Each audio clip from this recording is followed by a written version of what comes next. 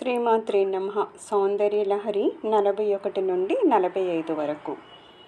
తవాధారే మూలే సహసమయయా లాస్యపరయా తవాత్మానం మన్యే నవరసమహాతాండవనటం ఉభాభ్యామేతాభ్యాముదయ విధిముద్దేశ్య దయయా సనాథాభ్యాం జజ్జే జనక జనని భజగదిదం.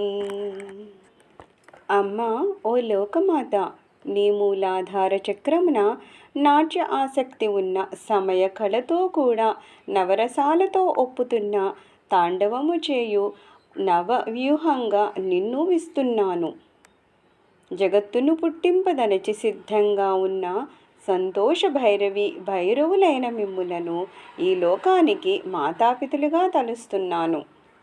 గతైర్మాణిక్యత్వం గగనమణిపి సాంద్రఘటితం కిరీటం తే హైమం హిమగిరిసుతే కీర్తయతి యః సనీడేయాఛాయ చరణం సబలం చంద్రసకలం ధనుస్సోనాసీరం కిమితి న నిబధ్నాతి ధిషణాం. ఓ హిమవత్పుత్రి, ఎవరైతే ఎక్కువగా సూర్యకాంత మాణిక్యాలతో చేయబడిన కిరీటాలను స్తుతిస్తాడో అతడు గూళ్ళలో పొడిగిన రకరకాలైన రత్నరాసులు గల చంద్రకళను ఇంద్రచాపంగా తలంపకుండునా? ధునోతుధ్వాంతం న స్థులితదళితేందీవరవనం ఘన స్నిగ్ధకచికురనికురుంబం తవ శివే యదీయం సౌరభ్యం సహజముపలబ్ధుం సుమనసో వసంత్యస్మిన్ మన్యే వలమధనా వాటి విటపినాం. అమ్మ, ఓ భద్రమూర్తి, ఇంద్రుని వనమునందలి వృక్షాల పోలు నిక్కమైన నీ శిరోజాల సుగంధాన్ని పొందడానికని నీ ముంగురుల యందు ఉంటున్నాయని తలుస్తున్నాను. వికసించిన కువలయాలకు సరిపోల్చదగినవి ఒత్తుగా నున్నగా మెత్తగా ఉండే నీ శిరోజాల గుంపును అజ్ఞానాన్ని పోగొడుతుంది కదా. తనోతు క్షేమం న స్తవ వదన సౌందర్యలహరి పరివాహ స్రోత సరణిరివ సీమంత సరణిః వహంతి సింధూరం ప్రబల కబరీ భారతి మిరా ద్విషాం బృందైర్బందీ కృతమివ నవీనార్కకిరణం.